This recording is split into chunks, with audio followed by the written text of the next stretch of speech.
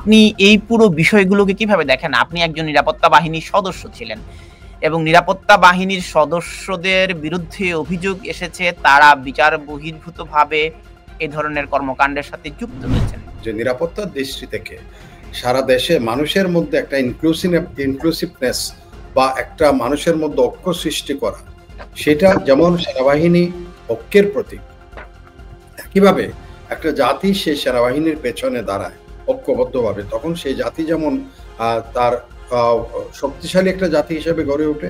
এই যে গাড়ির পেছনে বসিয়েছে, আমি নিশ্চিত একজন বিশ্ববিদ্যালয়ের ছাত্র তখন, তাকে হয়তো যারা পেছনে ছিল তারা definitely they were not from the ranks, তারা দে আর ফ্রম দ্য ধরেন সাধারণ সৈনিক, তারাও গায়ে হাত তোলা এটা কখনো সমর্থনযোগ্য নয়। 2010 সালে যারা ছিলেন তারা যদি এই অনুষ্ঠান কেউ না কেউ দেখেন, তাদের আমার মনে হয় না এটা খুব সুখকর একটা অভিজ্ঞতা।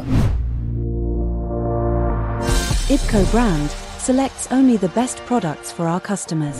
আপনি এই পুরো বিষয়গুলোকে কিভাবে দেখেন? আপনি একজন নিরাপত্তা বাহিনীর সদস্য ছিলেন এবং নিরাপত্তা বাহিনীর সদস্যদের বিরুদ্ধে অভিযোগ এসেছে তারা বিচার বহির্ভূতভাবে এ ধরনের কর্মকাণ্ডের সাথে যুক্ত রয়েছেন এবং যে কক্ষে নির্যাতন করা হয়েছিল সেই কক্ষগুলো এখন প্রকাশ্যে এসেছে। আর দুই হচ্ছে এটা নিজের দেশের মানুষের প্রতি এই ধরনের আচরণ, এটা কখনো সে যেই হোক না কেন সে কখনো এটাকে সমর্থন করবে না। তো সেই দৃষ্টিকোণ থেকে আমি বলবো যে নিরাপত্তার দৃষ্টি থেকে সারা দেশে মানুষের মধ্যে একটা ইনক্লুসিভনেস বা একটা মানুষের মধ্যে ঐক্য সৃষ্টি করা, সেটা যেমন সেনাবাহিনী ঐক্যের প্রতীক, একইভাবে একটা জাতি সেই সেনাবাহিনীর পেছনে দাঁড়ায় ঐক্যবদ্ধভাবে, তখন সেই জাতি যেমন তার শক্তিশালী একটা জাতি হিসেবে গড়ে ওঠে, তার সামরিক বাহিনী বা তার সেনাবাহিনী বা তার যে বাহিনীর কথা বলছেন তারাও একটা মরাল সেখান থেকে একটা শক্তি পায়।